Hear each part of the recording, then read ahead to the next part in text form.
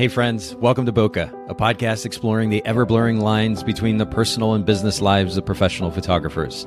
This is your host, Nathan Holritz, and I'm happy that you can join me today in connecting with photographers and entrepreneurs as we discuss photography, business, and, oh yeah, that sometimes messy thing that we call life. This podcast is brought to you by Photographers Edit, custom image editing for the wedding and portrait photographer. Just visit photographersedit.com.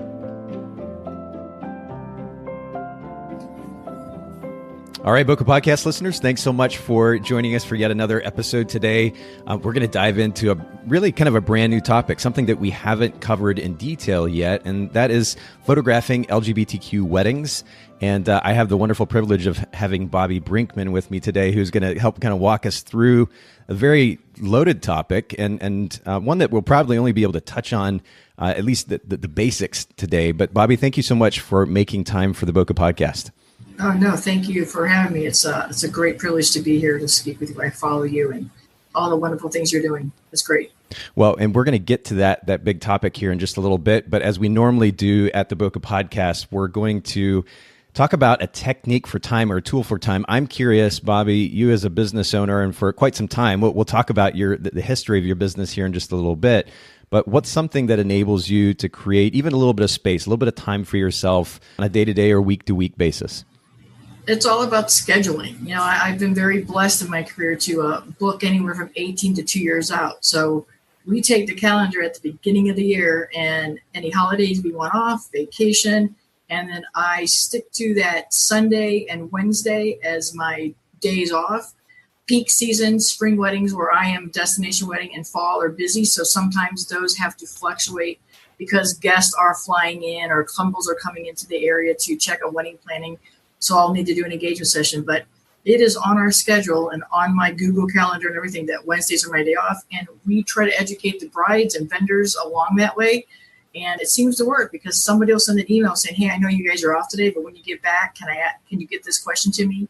So we've just integrated that. And whether I'm doing anything at all, even if I'm working and I choose to work, editing or something, that's still my day off. I'm not having that face-to-face or in heavy conversation with weddings or photography. I'm actually just taking the day off. So we try to keep Sundays and Wednesdays and we schedule it. And that seems to have worked. And when it's wrote down, I seem to do it. I love this for a couple of reasons. First of all, this has been a theme on the podcast as of late. Guests that we've had on have talked about the significance of just the simple notion of scheduling, being proactive in scheduling their calendar. That's what enables them to be able to create space for themselves. If we constantly react to whatever's going on around us as business owners, it's going to be easy to just get covered up and not have the freedom, the flexibility that we can have. So I love it.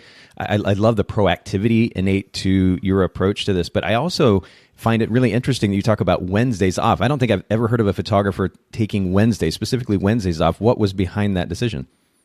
Well, Fridays, when I go into a wedding, we have either weddings Friday, Saturday, Sunday. We do a lot of weekday weddings, but just taking the core of the average wedding photographer, Friday, Saturday, Sundays. Fridays, I'm prepping. Saturdays, I'm busy. Sunday is downloading and everything done.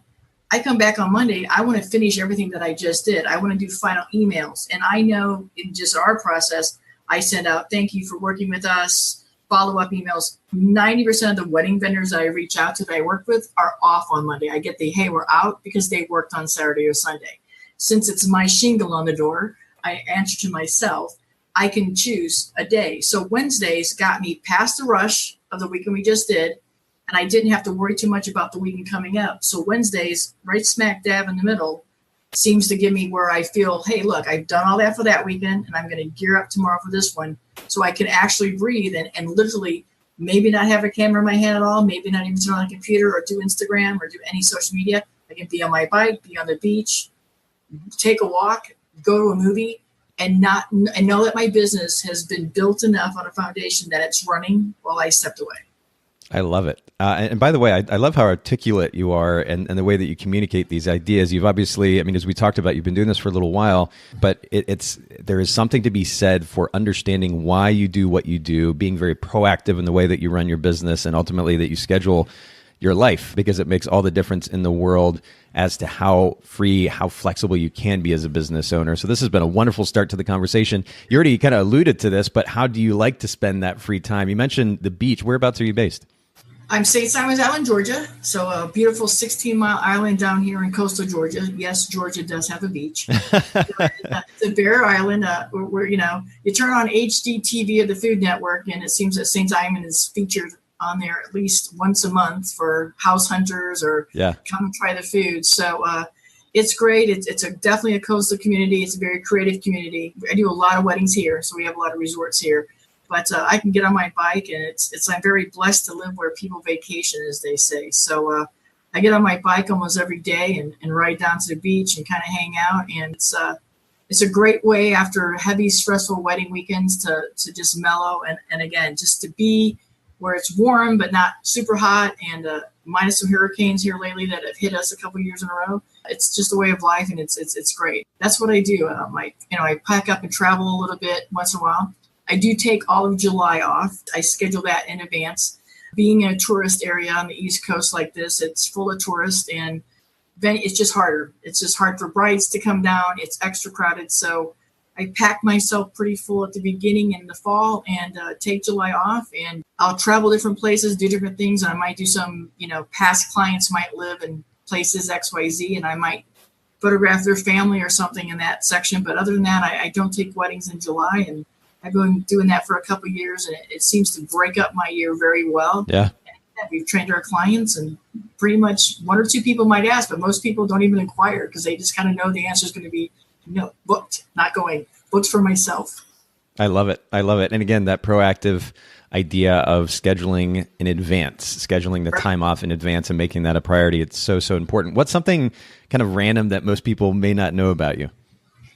I think people that know me a little bit know that I started my career as a sports photographer, but it's definitely new to other people when brides and grooms find out. It seems grooms find out faster about my background. You can Google and find out some sports photos come up that have my name on it, and having the name Bobbi, Bobbi, it's pretty easy to figure that must be me. So I started doing sports photography, and I would continue being a sports photographer. I kind of at the age where I didn't make the pro softball team for the Olympics. It kind of aged, wasn't really right there yet. I was just a little bit older than when it was started, and got invited to be an alternate on the Olympic team. How cool. And then hockey is another sport that I play and love, and the women's hockey program is still trying to develop. So I figured if I can't be part of the sports program and doing things, I'll at least get behind the camera, and pretty much started my career photographing collegiate pro sports, and I'm very happy right now during the Stanley Cup. I've had quite a few of those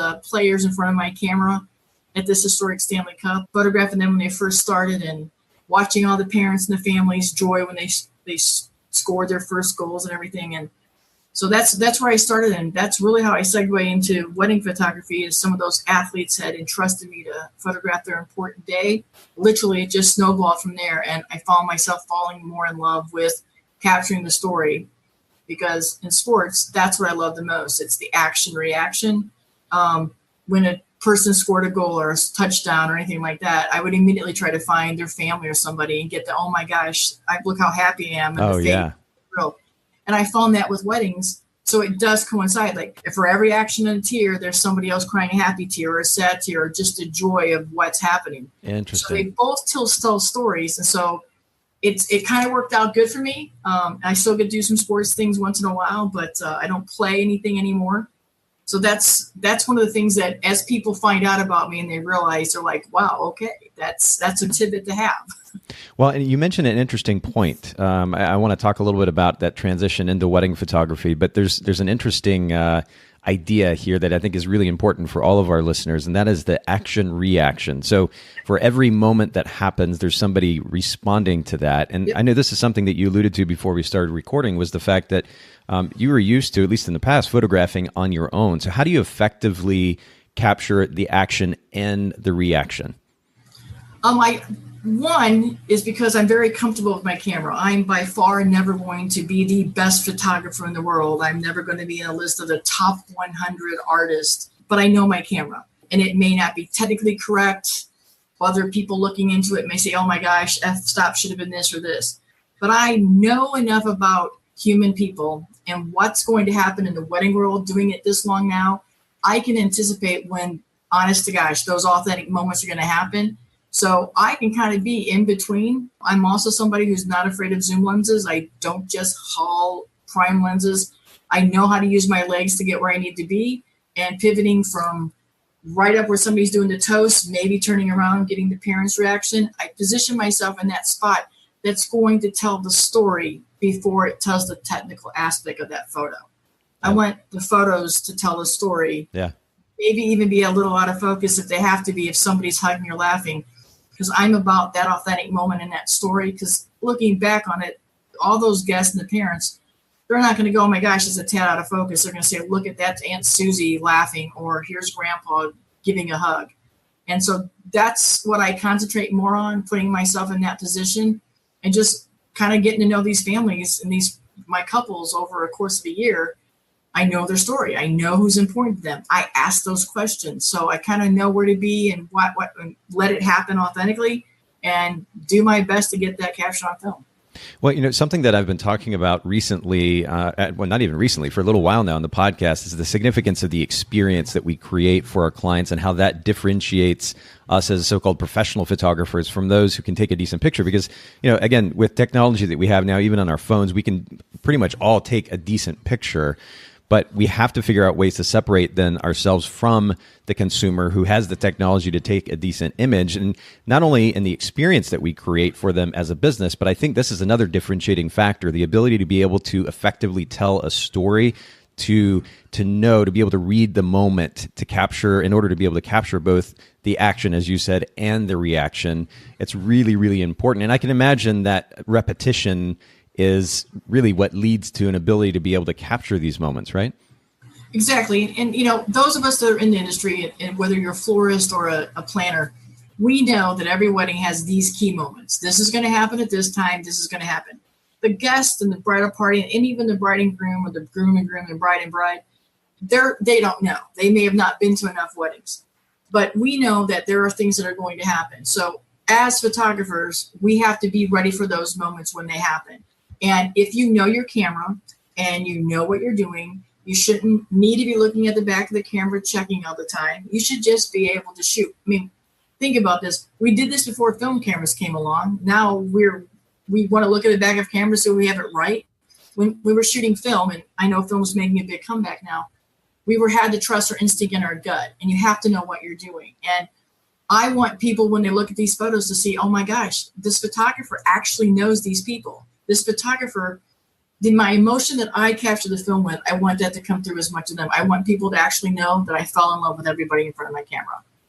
And when you look back at these photos, it's going to be about who's there. You know that as a photographer yourself, that everybody looks at a photo and has three different stories. You took that photo, you know what the story was, but when Aunt Martha looks at her, or cousin Susie, they're going to tell you a whole different story, even though it's the same exact photo. Yeah. So our job is to capture. We're the historians for the day. Our job is to capture what's there. In the wedding industry, every one of us plays a part, and every one of us is vital. And what we do as wedding professionals matter, no matter what category you fall in. People are inviting us into a very private moment of their life, and they've hired professionals to do so. And at the end of it, I don't need to be your best drinking buddy, but at the end, I want you to know that I want to know what happens to you a couple years from now. Please stay in touch, because you invited me here for the start of your life story and your love story of this chapter. And the photos that I take are the first part of your family history. And that's our obligation. And from my point of view, that's my honor and my privilege. And that's what I want to do for every client, is to get them the things that a cell phone can get up and catch that walk down the aisle, or a cell phone can get up and maybe get that kiss. But it's, as photographers, and again, you know this, you snap the first picture, that may not be the one, but if you hang with it and stay with it, picture 2, 3, and 4 that you snap are going to tell more of the story than picture number 1 and picture number 4. Right. So if you follow through and stay with it, you're going to get some really great authentic moments that tells a couple's love story. And I love the emphasis that you put on the client. And this is something we're going to talk about in a little bit more detail here when we discuss your website, because you and I, again, had some interesting discussion before we started recording about that. But I love the emphasis on the client, the focus being on the client, not about you, not about how you feel, but ultimately about what you're doing for the sake of the client. Right. And putting so much emphasis and focus on that means that the client, again, has a better experience. And then, of course, your sensitivity to the moment enables you to be able to more effectively tell a story. And the notion of a story or an authentic story it may sound cliche because the phrase is thrown around a lot. But as I'm listening to you talk here, I'm realizing more and more the significance of our ability to be able to tell stories, and that it's going to enable us to set our brand and our business apart from the consumer's ability, as you said, to be able to step up and take a picture with a cell phone. And everybody can do that. We're the ones that should be able to tell a story more effectively and ultimately more beautifully, and that's what will help set us apart. So I'm so glad that you make that point. I'm curious, what if you were to describe your photography business's brand position, or what sets you apart from other photographers in your market? How would you describe that? It is definitely that I listen, and that I definitely want to know who you are. I ask so much about the client that there's a couple times that couples have said to me, can we now talk about photography? Because I want to get to understand how they got to this chapter of wedding planning. What brought them here? I sincerely want to know why they chose Savannah or Hilton Head or Chicago. What about you two are going to resemble in your wedding day, so that my service can best showcase you guys in that way? Yes, you're going to get dressed up. You might go to a different venue that you've never been at. Those are going to be the backdrops. I'm definitely a people photographer. I will capture your mason jars. I will capture your chandeliers. If you pay for it, I'll photograph it. That's a phrase I throw around a lot. But that's going to be backdrops to the story. I want to capture the people who you are.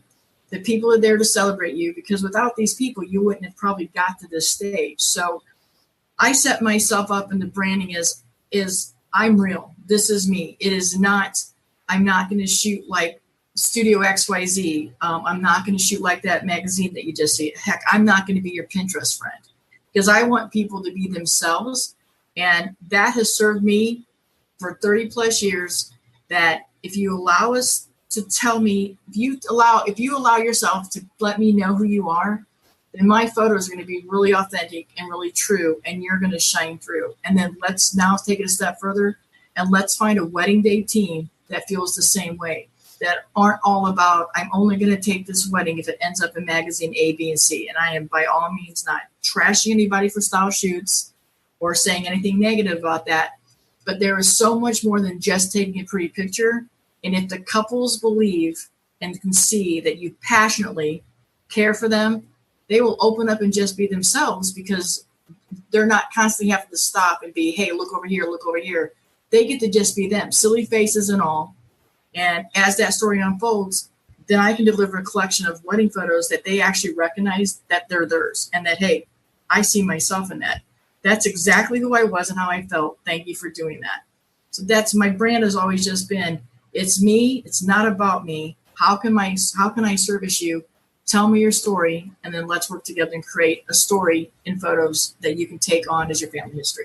Well, and this brings up the conversation that I alluded to just a second ago regarding your website. Because if I go to your website, you actually pointed out to me the fact that not every picture on your website or even your Instagram feed has the same feel. Some photographers, they have a particular style in mind. And when I say style, I mean, like, as you said earlier, Bobbi, light and airy, or maybe dark and moody, or whatever it might be. They're using a particular film preset or something else. Right. They have a theme. You don't necessarily have a theme in your photography. You're photographing for the client, for the day. You want the photography to certainly tell the story of that client, but also to reflect the atmosphere of that individual day. And if you go to Bobbi's site, by the way, for those of you listening in, you can go to Bobbi, Bobbi, Brinkman, Brinkman, photography.com. Can you comment a little bit, Bobbi, on that approach, that mentality when it comes to the so-called style of your images? Sure, absolutely. They're authentic. I will allude back to, I will never be on the top 100 list of photographers. That has never been my goal. Happy clients are my goal, and I love what I do.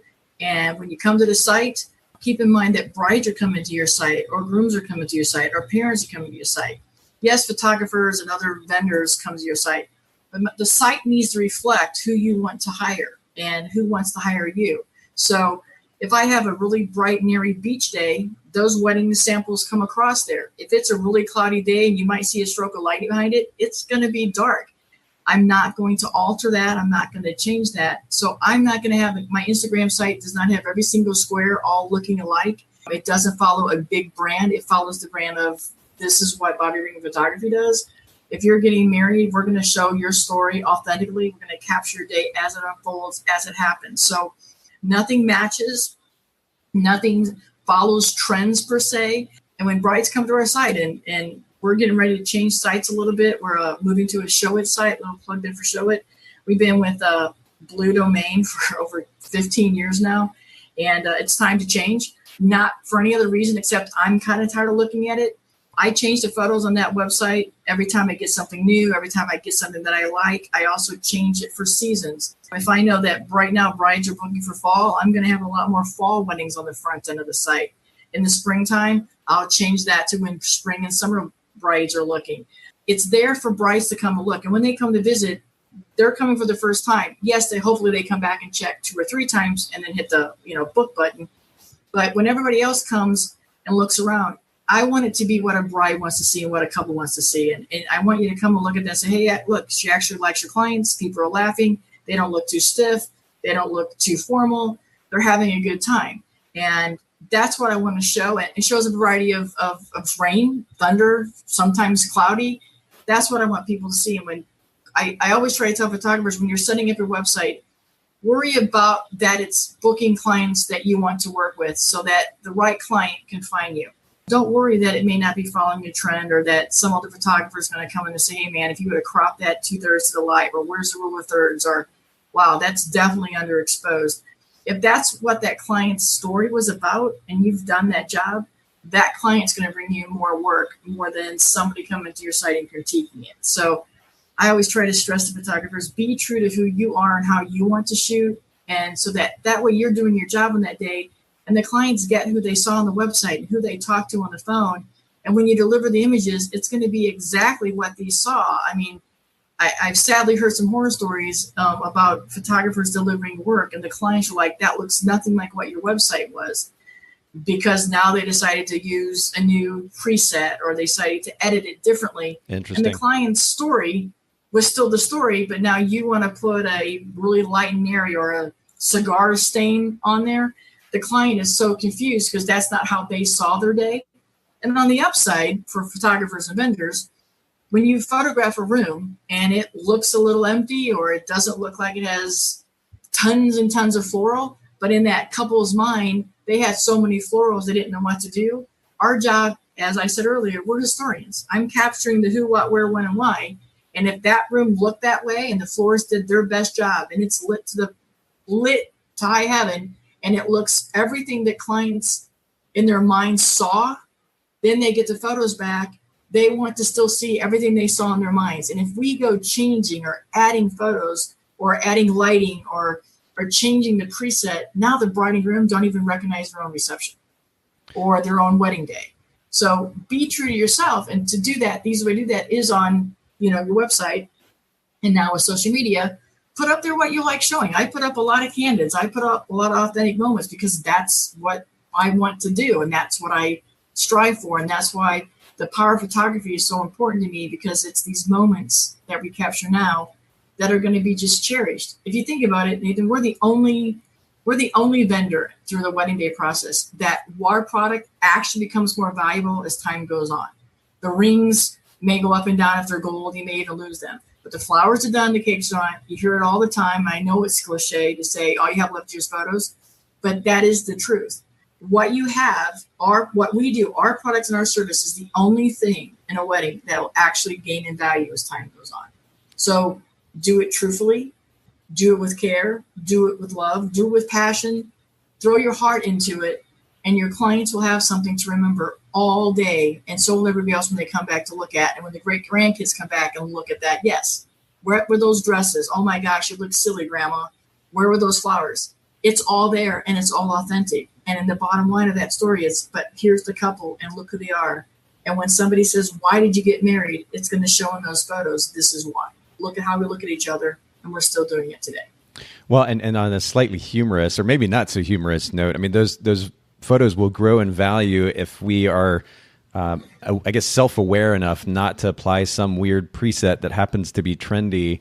Right. That, in 3 years is going to look absolutely ridiculous. And I think I've probably told this story on the podcast before, but I still remember one day looking through an album that was sitting in my showroom, if you will, the office where I'd meet with clients, opening up this album and starting to flip through. It was an engagement album on which I had applied a number of, maybe even to all of the images, this kind of cross-processed effect to the images, Lomo effect. This was something that was popular years ago with a really strong vignette, and it just looked absolutely ridiculous. And I'm scrolling, I'm going through these pages and just asking myself, what in the world was I thinking, basically? Right. And the last thing that we want is for our clients to face that particular scenario, looking through these right. images and just mouths open, thinking, what in the world? Well, and I've been around long enough that I can remember people, putting your headshots in a brandy glass. The brandy glass would be there yeah. in the dark room, and you go, here's the brandy glass I took a picture of. Now, where you got the brandy glass, who knows? And now let's put, or seriousness aside, the owl shot at the church, and then you looking down on it like you're looking from heaven. Those are things that, I can tell you that we don't do, and I don't get people to ask me for that, but it has been around. We all know the hand touching and the hand coloring. And that's the thing I think what's good with your company, photographers, with the editing service that you provide. I think you have people there that can say, here's something we can help you with, but keep in mind, if we apply this preset, what will it look like 10 years from now? So, that's the thing when you get editors that are outsourcing that can help you stay, hey, look, your pictures look great like this. We think it just needs a little bit of this, this, and this. And let us take that stress off you and help you. But let's keep the photo true to the story and to the identity of the couple. Well, and it's interesting that you use the word stress there, because I was thinking about that earlier. And there's so much emphasis put in the photo industry right now on what other photographers think about your website and what other photographers think about your Instagram feed versus, as you have so obviously done and obviously have created a business as a result that has been successful 30 plus years. Instead of making it about the client, it becomes about the photographer and right. your photographer friends' opinions. And, right. and it causes, as a result, undue stress to the photographer, overthinking what they're putting on their site, what they're putting on their Instagram feed for the sake of their photographer friends' opinions. Exactly. And we're all business owners. And so why on a Friday, Saturday, Sunday, when you have a wedding, when you actually get to be the photographer, when you actually get to do what you love to do you want to sit here and go, oh my gosh, on Friday, let me Google the 15 newest trends, or here's a must-shot photo that I want to try. And again, I'm not knocking anybody, but I'm not going to set up 19 strobes and have somebody throw a hose on these so I can say that I captured a fake rainfall just because of, now great, if your client is that, hey, let me go on a mountain and let me climb down the side, then you're being true to that client. Right. But for the most part, these couples want to enjoy their day. And it's not about the rock star photos that I can take. Most of these people, when they go to your website, fall in love with what they see. But the most important thing is they need to be able to see themselves in front of your lens. They need to say, I get comments all the time. I don't have just skinny brides. I have African-American brides. I have same-sex brides. You don't just see a cookie cutter bride that I have here because I want to be a photographer for a variety of people. And once I hear your story, then let's make sure we are a good match so that we can then work to create something together.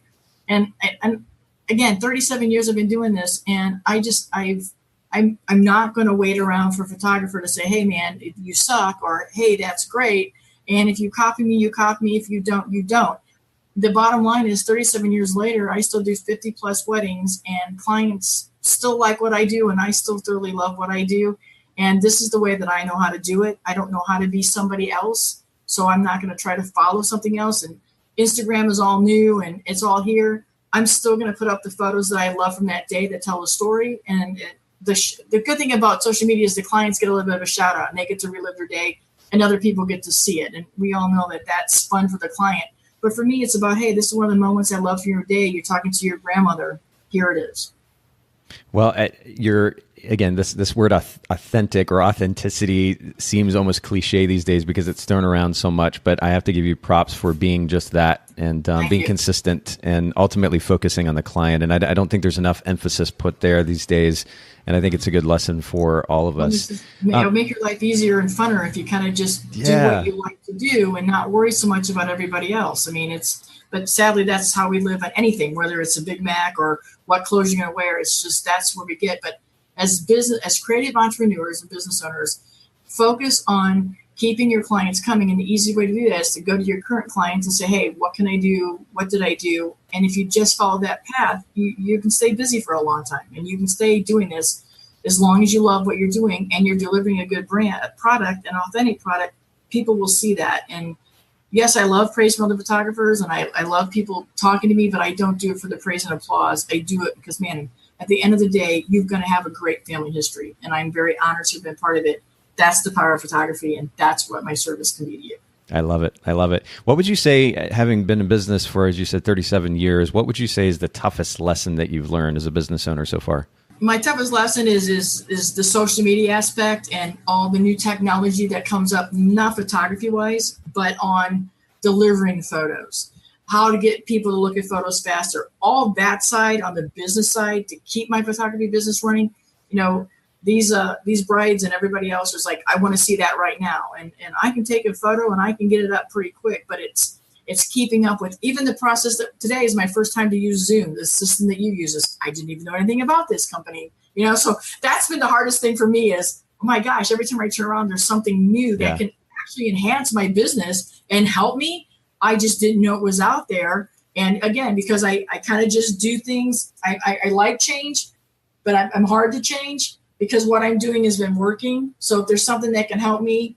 But that's the hardest part for me, is to learn that if I trust that somebody has something that may work for me, and if it works for me, do it. If it doesn't work for me, I can't make it work and it's too much frustration, then that frustration will lead to my clients. And then I don't want frustration between me and my clients. So I try to do what I do. So I'm pretty loyal. So when I get with a company, it's like I've been with Shootproof since they were in beta, and I know ups and downs and back and forth, but I have no desire to leave because what they offer me services myself and allows me to service my clients. So I think that's the hardest part for me. And it's like everybody else will tell you, it's the Monday through Friday, and it's the taking care of your clients and doing the things that are not photography. So that's why I want to do as many things right Monday through Friday. So on the weekend, man, I just get to be a photographer, and I don't worry about the office. I don't worry about emails. I don't have to worry about the phone. I get to be behind that camera and capture somebody's moments. And then I'll start all over again on Monday doing the business side of it. Well, it seems like you found a good balance there.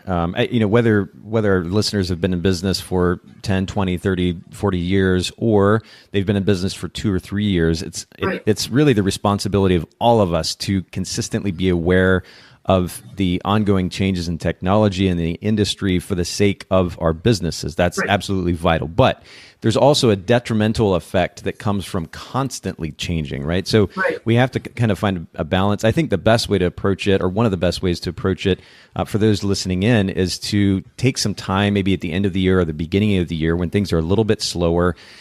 Make yourself aware of the various services that have popped up or that have changed, the changes in technology, and take that opportunity when things are a little bit slower to make changes to your workflow.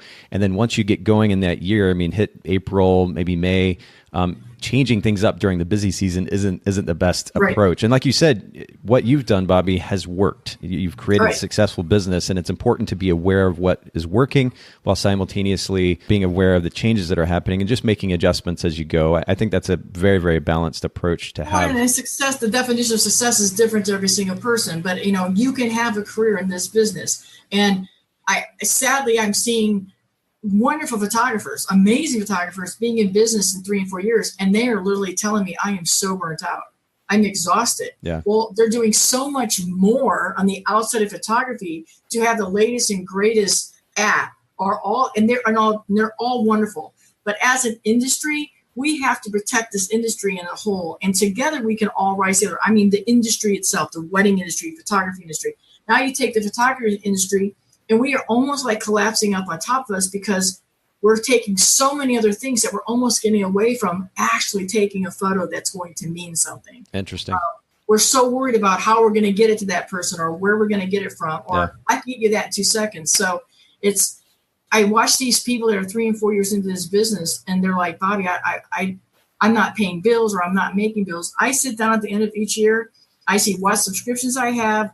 If I did not use that subscription for the entire year, I cut it. That's how I can cut and save money. It's really easy to say, hey, man, I just heard somebody talk and I love that gadget. Drop $99 a month for it, or spend $300 for it. And then I didn't even go back and use it. Yeah. I don't need to use it. So cut that. And I do the same thing you said. I sit down at the end of that year. I see what worked, who sent me people, how I did it. And I trim little things left and right. And I start sometimes, hey, man, I get extra $100 this going into the next following year. I can use that on my day off, or I can reinvest that back into my business. But I sit down, you trim it, and don't get so wrapped up in just what everybody else is doing. Just do what's going to work for you. And if you have clients and you're booking weddings, you're doing something right. You know, if they're calling you or filling out your contact form and you're shooting weddings every weekend, whether you want to shoot 10 or you want to shoot 100, whatever your goals are for yourself, if you're meeting those goals, then you're doing something right. So just keep doing that, and you can have a prosperous, successful career long term. Well, and I'm glad, too, that you point out something which has been a bit of a theme as well in the podcast as of late, which is the awareness of numbers. At the end of the year, first of all, having a system in place that enables you to track your numbers, income, expenses, and look at a profit and loss statement, and be aware at the end of the year of where your money has gone and what of that money has been spent effectively for the sake of the growth of your business or the success of your business, and what hasn't, and cutting out what isn't necessary. That's so important. But you can't do that unless you're proactively tracking those numbers. So take advantage of systems out there like QuickBooks Online that enable you to look at those numbers, not just for the sake of paying taxes, but also to proactively manage the finances of your business for the sake of the financial health of your business. It's so important. So, and you've had some great past podcasts just recently that these people can speak to that, and they can talk to that. And again, while you're editing, pop these in your ears and listen to these podcasts, and listen to what somebody else is doing, and then fix it, move it, change it, and adjust it for how you're doing. And like I said, you've had some recent financial podcasts on here that have been just great to listen to, and you feel good about yourself. Hey, man, I'm doing that. That's great. Or I didn't know about that.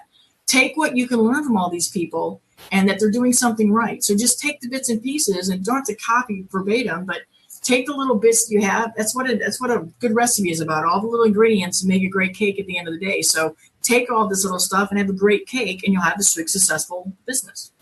Well, this has been a really exciting podcast so far. We've covered multiple topics that I think are so important for the sake of our listeners and for the industry. And I really appreciate you sharing your wisdom, Bobbi. And we're going to kind of take a turn now, and we're going to dive into a topic, as I alluded to at the very beginning of the podcast, one that we haven't really covered in depth yet, and that is photographing LGBTQ weddings. And I really appreciate your willingness to kind of walk us through this. And I'd love, for the sake of perspective and context, if you'd share a bit of your experience in photographing these weddings.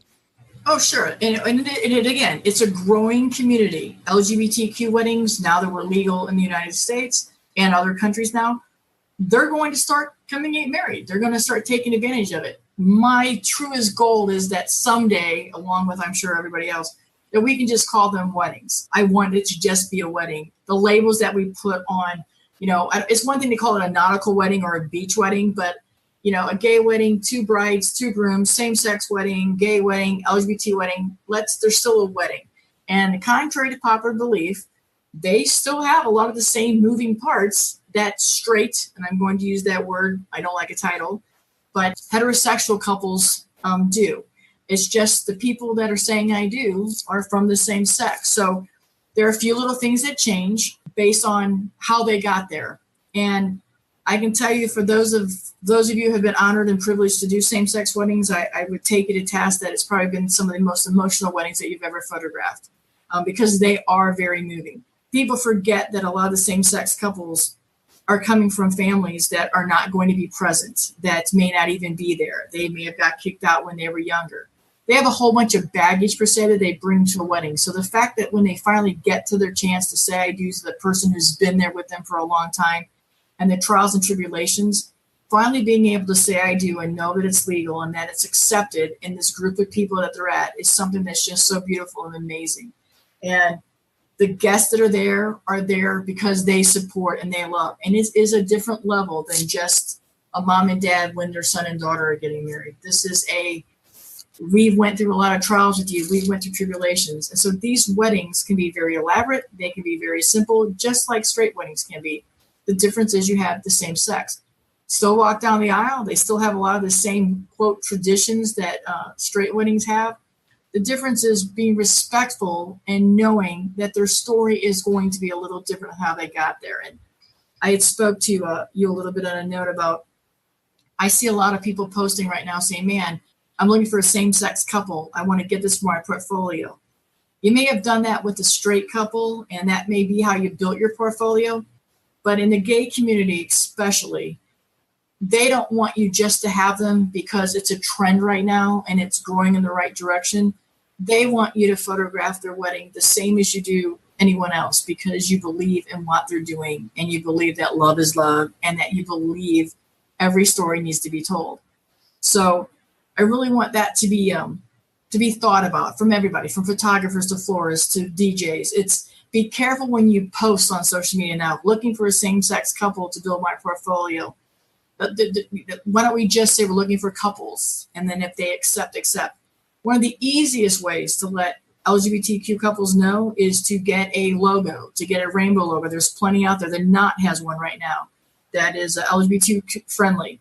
You can go and download that from your Knot app. If you're a Knot person, you can, in full disclosure, I am a Knot ambassador, but you can go and download that and you can put that on social media. You can put that on your website. Simple little things to let people know that everyone's welcome here. And so that when these clients call, they don't have to say, hey, I want you to know this is a same-sex couple, me and my husband or me and my wife. And it doesn't throw you off guard. So the more friendly you have your website towards LGBTQ weddings, the better it will be for them, and the experience for you will be good as well. That's one of the things that is, as you guys want to start doing more weddings and be truly involved in the community, is let them know that you're friendly, let them know you accept them, and then just be prepared to listen to some of the things that they may have to change. We're all rewriting this history too. There's no right way or wrong way to do any wedding as far as I'm concerned, but the gay wedding history is all new too. So every single day, we're writing something different, or I never knew that happened, or I didn't know that was going to be a part of it. That still holds true in heterosexual and straight weddings as well. You may not have known. Look at the Jewish traditions are different than some Christian traditions. So while there are some differences, they're pretty much get down the aisle, say I do, kiss, and come back the aisle and go to the party. They all still work the same way. It's just sometimes they're going to be a lot more emotional, and you just have to listen a little easier with why they want to say I do and how they want to say something. And make sure that your phrasing is right. Try not to say, hey, okay, so what's the bride and groom's first dance going to be? Or are you going to dance with your dad? Are you going to dance with your mom? Just remember to be a little more sensitive in situations, and try to get your paperwork and your conversation to say, be all inclusive and say bride and bride, groom and groom, or just change and say, client, fiance, or couple and couple. That's what they want to know. Trust me, they're used to being called bride and groom. They don't want to be asked who's going to be the guy, who's going to be the girl. They don't want to be asked, are you both wearing dresses? Is one wearing a suit? Let them kind of tell you in their story. And if you ask, tell me about your wedding and how you see the day unfolding, let them tell the story. And then you won't be putting yourself in some awkward situations that now you don't know how to scramble out of. And then you make everybody involved feel uncomfortable. If you want to book LGBT same-sex weddings, change your wording up a little bit on your website. Let everybody know that you're inclusive. And by all means, if you have some of those weddings, don't be afraid to show them. And they will earn your trust, and you will open the doors for a whole new community to keep your business running. They are in it for, they want you to service them. They want you to sell them the same product that you're selling your straight couples. And yes, it's another avenue of income streaming for small creative businesses, but you shouldn't go out looking for it just because you want to have one for your portfolio to prove a point. You should really be going at it because you love weddings in general, just like you your straight weddings. Wow. Well, okay. So there's so many different kind of follow-up questions and points that I want to get into here. And right, I appreciate I'm sorry about that. No. This is good actually, because you really you gave us a lot of information all up front. And so I want to ask some follow-up questions. But before I do that, I'm curious to get your take on something, because you made a really interesting point at the beginning, which I want to follow up on. And that is the significance of, or the potential detriment of, labels. Right. And I've had conversation around this topic, whether we're talking about racial equality or equality when it comes to sexual preference. My hunch in these conversations has been that continuing to put so much emphasis on the labels is actually hurting our effort at equality, creating equality around race, creating equality around sexual preference. So I guess I'm just curious to get your take on that. What's the balance between making sure that we give significance to who someone is, but also minimizing the separation that comes from putting so much emphasis on labels? And it's hard. It's just this morning I posted because it's June and it is Pride Month. And as I said, I hope one day we don't have to call it Pride Month. We can just celebrate everybody every day. But I posted a photo of two men dancing. And if I don't put hashtag two grooms, hashtag grooming groom, how will anybody know that that's a same-sex wedding? And that's the part that I have a problem with. Not a problem in general, but exactly what you said. It's so hard because I want that to stand out. And if I just say wedding, it will come up in a bunch of wedding things. But I want people to know that I do same-sex weddings, that I support the community. I still have to break it down and put on there two grooms, same-sex wedding, gay wedding, where when I just do a wedding, I just do wedding. So I always start off, every time I do gay wedding, I automatically do wedding. And I always write weddings all need to be alike, or this is still a wedding. And sadly, that's because we're in a hashtag world. We still are breaking things down like that. Even if it's a Black, African-American, or white, we still call it a black and white wedding, or we call it interracial wedding. So we are doing exactly what you said. We're almost doing it a disservice, even though we're all trying to be inclusive. But that's right now how in the gay community, that's still how they're searching. They go in and type into Google same-sex wedding photographers, gay wedding photographers, because that's how it still broke down. If you were looking for a photographer in Tennessee, you would go photographer in Tennessee. We gay people should still pop up and gay wedding photographers still pop up. But now it's up to that couple to research, okay, I like their work. I don't see any same-sex couples on here. Do I risk calling on the phone, even if you only have one? And that is why, Nathan, I understand people are asking for same-sex couples so they can build it up on their portfolio. But we have to find a better way to do that, because that is kind of off-putting to the community. So I'm like you, that's a hard way I don't know how to break it up or differentiate it myself. I'm still following those rules so that people can still find me and know that I'm friendly and LGBT friendly, because I have to put all those tags on every photo I put up just so people know it's okay to call me. That makes sense. So the balance in this case has more to do with just understanding potential client behavior and the way that they're searching for photographers versus just simply creating distinction for the sake of creating distinction. And when they come to the photographers, usually that's where they'll start. So as photographers, we are going to be a very strong foundation if we keep creating our own wedding day team. And I'm all about a wedding day team. My philosophy is if we all go down together, or we're all going to get praised together, because without the florist or the officiant or the music, my whole job changes just like theirs changes. Even though our photography gives them something to look at, we rely on all their products to make a good photo. So they often will come to a photographer and say, okay, we found a venue. Now, who do you like working with that is also same-sex friendly, or that is very gay friendly, or who can you recommend to us? So building your team and a good list of vendors who are also share the same perspective, philosophy that all love is love. Right. That will help you, because they will lean heavily on photographers you're going to be with me all day. Tell me who we need to surround ourselves with, because it is hard. Because it's hard to be a florist and there's no such thing as a gay flower. So they just have to put on their LGBT friendly, where as photographers, we can show, or as wedding planners, they can have photos in there. Now, florists can show two men or two women holding flowers. That helps tremendously. But it's just when people call, just try to treat everybody the same way, or maybe stop saying right off the bat, so where are you and your wife going to get married at? And it's hard. Trust me.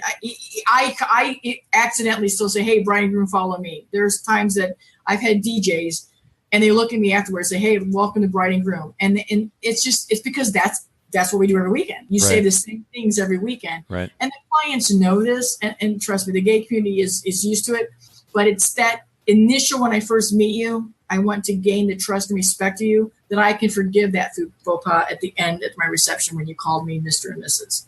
Do you feel like using the word partner is a good way to go about it, or is it? Partner is good. I mean, that still works. And a lot, like for me, I just have on there, I have couple. I don't even have it 2 lines. I have couple and I say, what's your new fiance's name?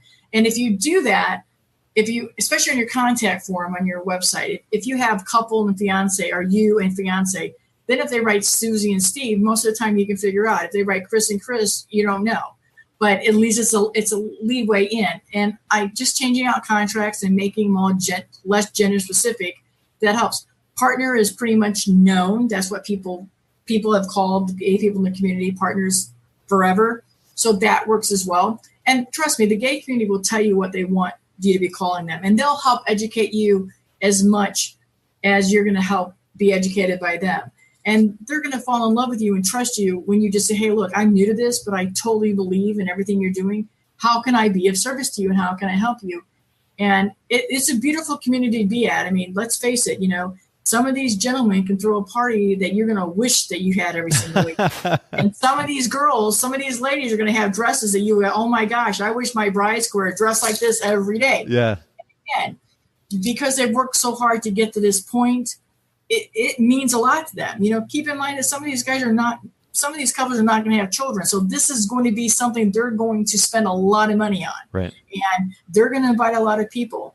And in the gay community, especially, it's all about their guests. You will find if you're a wedding planner or a florist or one of these other categories that they're going to say to you, I want to pay for all my rooms, or I want to make sure that this is in every one of my guests' room when they arrive. I want the meals to be this, because these guests are their family and have been with them forever.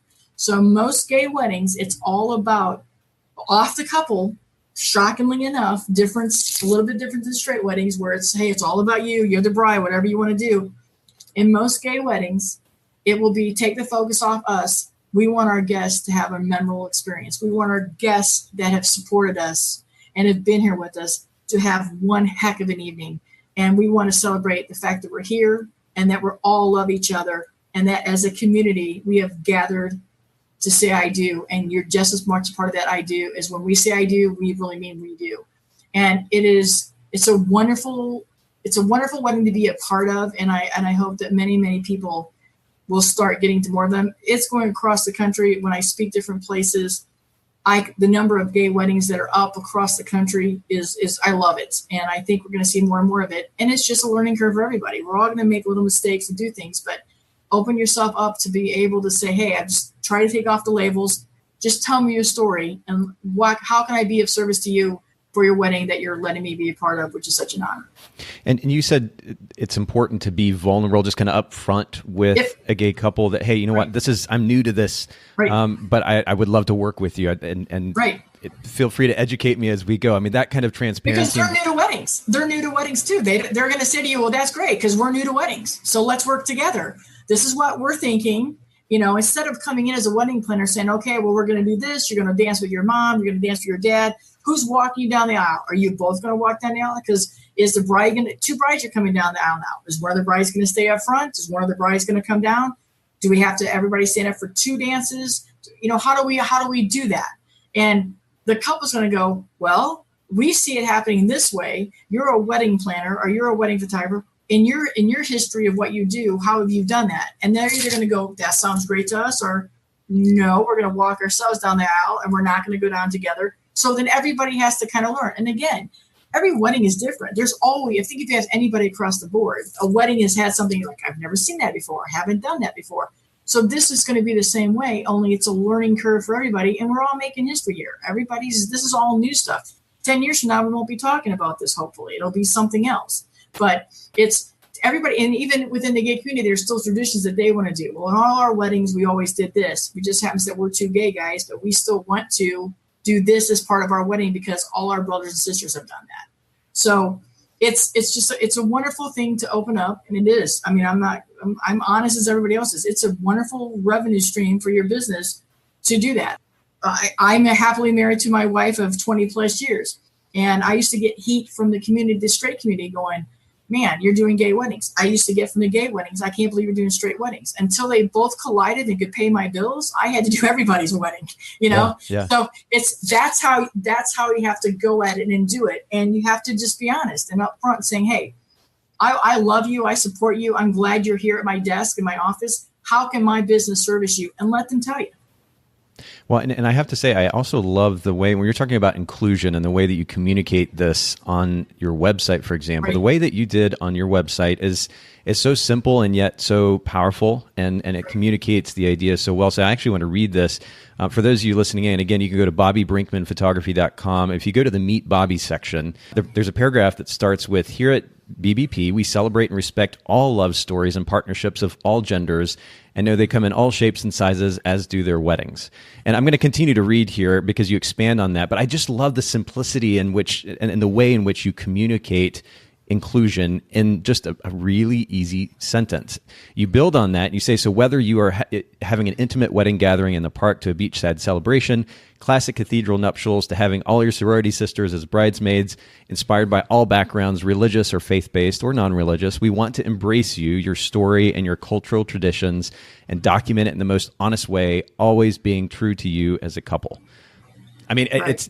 Some might think That's that simple. it is. It's simple. It's straightforward, and some might think that they have to take this kind of, well, certainly, first of all, many are apprehensive, so they may feel like they have to kind of tiptoe around the way that they word things. This is so straightforward. It's so kind and loving and open. And I think it's a good example for those who are looking to open up their business, proactively open up their business to all couples. This is a good way to go about it. Well, that's the thing. I said you can get a LGBTQ banner. I mean, I know that little, those are trends. The badges are all trendy. But the easiest way to say it is that everyone's accepted here. Yeah. Tell us your story.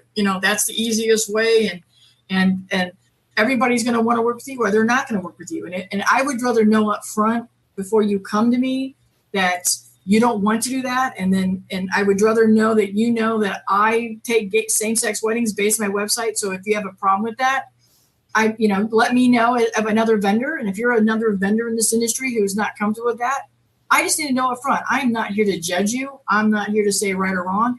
I just need to know that I won't be sending a client to you. Yeah, I love working with you. I enjoy working with you. But if you are not going to be inclusive, just let me know up front. And it'll save everybody a lot of heartache. And again, not here to judge. We just want to build a team for all my weddings, straight, gay, interracial. I want to assemble the best team that's going to do the best for them, that they sit back and go, my gosh, every single person did their job. They all intertwine. And I built BBP on the foundation of teamwork, honesty, being open, being authentic. This is who I am. This is what I do. And the people on that wedding day that I want to surround myself with, here's a list of people that care as much as I do about my client, that it's not about them and how they're going to look. They want your day to be as successful as your vision that you sat around all your life and thought about, whether you're gay or straight or interracial. Here's a team of people. You can go out and find other vendors. You can go out and find other people. I'm happy to work with them. And that's how I built the foundation of meeting all these wonderful people. But when you get a wedding day team together of people that are on the same page of, oh my gosh, it is, how can we help you today? How can we be of service? It is such a wonderful wedding day, and you don't have hiccups because everybody's there for the same reason. We've all been paid. We love what we do. Now let us do our job, and you get to enjoy your day because you know that everybody there has your best interests at heart. You already mentioned that photographers should avoid kind of mechanically approaching LGBTQ weddings and putting it out there. Hey, right. I want to photograph a same-sex couple. Let me know if you're interested. I mean, it's pretty obvious why that would be off-putting. But what are some other kind of behavioral tendencies maybe that you've seen in the photo industry that are detrimental to creating a more inclusive environment, and how can photographers change that? Well, I think that some of these style shoots that are going on that are the big and trendy, I really push that we see same-sex couples, models in these. They don't have to be a couple, but at least have two gay grooms or two lesbians in these style shoots. And we need publications. Publications need to be accepting to all, interracial, heavy brides, larger men, bearded men. We have all these places that these couples are searching and finding weddings. People want to be able to see themselves somewhere. They want to say, okay, I'm a little bit larger bride. I want to find myself, oh, look, here's a whole website dedicated to that, or here's a publication. Again, labels are hard, but that's how we are now. When we want to find something, we Google that word we want to find. So again, it's, if you want to find a Coca-Cola, you have the logo Coca-Cola. It's still a label. But across the industry, we need publications to open up. The Knot's doing a wonderful job. Wedding Wire's doing a job. They're starting to show more inclusivity. They're showing things across their banner. We need other people in this community to do so. You're seeing commercials pop up right now that start talking about, we have a couple, Hellberg and Zales Diamonds. I've seen commercials about them showing 2 men getting engaged, 2 women getting engaged. So we're getting there. So now as a wedding industry and wedding photographers in whole, if you need to get a same-sex couple, ask around. I need to back up. So I'm not trashing somebody for announcing that, but it is off-putting. I think just in general off-putting. Hey, you're looking couple models. We're looking for a model for a shoot. See who signs up, and then quietly maybe talk about it and do that. But be authentic with it. Don't do a gay shoot and know that these are 2 women and just call it a gay style shoot. Go find 2 lesbians. They don't have to be together. Find 2 lesbians. Find the people that are what you're trying to sell and what you're trying to book. And I think that's going to help a whole bunch. And again, don't be afraid to show it. Don't take a gay wedding and then have it 99 things down your list of photography. Go ahead and throw it in the first 4 or 5 pictures that are scrolling through. Don't be afraid to show it. I book African-American weddings to this day in 2018, and I have had African-American brides tell me, I want you to know that I love your work anyway, but I was so glad to see that you actually have an African-American bride on your website in the South. Yeah. And I've also been told the same thing. I'm marrying a white man, but I'm African-American, and I'm so glad that you actually showed that. I like people's work, but I'm not going to pick up the phone and call them because I don't know if they accept me because you're not showing it. And I, by full disclosure, and I say to these brides, well, maybe they just never had the opportunity to photograph one. But if you have the opportunity to photograph and you're accepting it all, run it all. And that you have 10 slides maybe going across the first part of your website, show the inclusion. And you're going to do yourself wonders if you want to work with those clienteles. The brides want to see and the grooms want to see where they fit, and can they see you in any category that they're at? Do I see same-sex floral? Do I see wedding planners? Do I see bands? Who works do this? I need to be able to see a wedding and a wedding vendor that's going to accept me. So when I'm looking, your first introduction is that website or your Instagram or heck now, just Facebook pages even.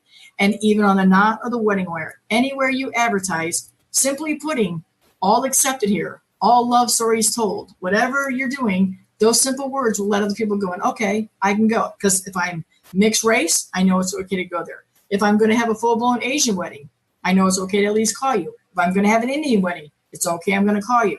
Like you said earlier, we don't need to write every one of these names out. It's just everyone's welcome here. And if you do Indian weddings, show Indian weddings. If you do mixed race, show Asian weddings, tea party, whatever you're doing, have that featured a little bit on your website. Again, being true to who you are and who you want to service. Well, your insight, Bobbi, has been really wonderful. I love how straightforward you are and how simple you keep everything, and so practical. And your business and the length of time that you spent in the industry says volumes for the effectiveness of your approach. And I really appreciate you sharing your wisdom, your advice, your perspective today. This has been huge. And I'm wondering if you wouldn't mind just sharing with our listeners where they can find you online. I know we've mentioned it a couple of times already, but just to reiterate, where they can find you online, your website, social media, so that if our listeners have any questions, that maybe they can even reach out to you with those questions. Absolutely. I'm up to speaking and chatting. I believe in elevating and education, and we all grow better in the industry. I'm probably not your girl to talk f-stops and off-camera flash and all that stuff, but I can help you if you need to. But yes, I'm on Instagram at Bobbi Brinkman Photography. I don't do a lot of Pinterest. I think there's one out there, and my Twitter just is the same way. It rolls over. Facebook is Bobbi Brinkman Photography as well. I have a personal page which is Bobbi Brinkman. But if you go to my Facebook right now, you'll see that I've got the rainbow flag up there with a couple. And for this month, I'm showing same-sex couples throughout the month. And I, just like I do any other couples, I show and dictate, this is what I just did. This is who I'm happy to be working with. If anyone out there has a question, even if you have the complaints about, hey, man, she talked too fast or whatever, I'm happy to come and chat with you at any groups that you have or anything like that as well. But yeah, reach out. I'm happy to help. Back when I started, photographers especially were not the best people to call. They were all so afraid you're going to steal something. I'm not that way. If I can help you over some speed bumps or some stuffing blocks, I definitely would like to save you some years of pain so that you can have a wonderful career 37 years later and money in the bank and a happy life and some time off. Just, be your authentic self and live the life you want to live. And it's able to do that as creative entrepreneurs. And social media now is allowing us to get in front of more clients and in front of more people. So I'm happy to take questions. Fire me off an email. Anything you want to do like that, I'm happy to share and chat with you. Thank you so much, Bobbi. You're so wonderfully kind and gracious. For those of you listening in, again, it's Bobbi Brinkman Photography.com, BOBBI BRINKMAN, Bobbi Brinkman Photography.com. Same thing on Instagram and Facebook. Thank you so much for sharing with the Bokeh Podcast community. Thanks for the chance to talk. And I tried to not talk too fast for you. My northern ways will take over. But I appreciate the fact that you are all inclusive and that you wanted to bring the topic to other listeners and share, and everything that you do there and continue to elevate. You should get a nod and a pat on the back, not just photographers, but in the industry itself. You're teaching people by the people you bring on little aspects, and it's just one thing you have in your back pocket that we can have now. Like I said, just sit and listen to some of your podcasts and the chats you have with people and pick up one or two things here and there. And everybody helps everybody. And that's what this community is about. And kindness matters and giving everybody grace. And we have to do that for each other in this industry, especially for creative entrepreneurs. We're the ones that make this community and better. And the more service and better service we give to everybody, this wedding industry and wedding photography and photography in general will continue to be moving forward and not get left behind. And the more we educate photographers to tell their clients, get your photos off these cell phones, get your photos off these computers, hold that photo in your hand. The power of photography, on days that you feel really bad, pick up that photo and you'll remember that you were loved, who surrounded you, put that photo to your heart, and it will do wonders to make you understand just how important taking the time on your wedding day or any day to capture by a professional authentic moments that define who you are and tell your story. I thank you for doing that with your podcast throughout. You're bringing quite a good awareness to that. Well, it's truly my privilege, Bobbi. And, we alluded to this earlier, but at the end of the day, we're all human beings and we need to treat each other as such. And anything that we can do to lend a helping hand to somebody else, we should be making that effort and focusing our resources, our efforts, our energy on that. So thank you for being a part of that effort here at Bokeh. It's been absolutely wonderful. Thank you, sir. Thanks so much for listening to the Bokeh Podcast today.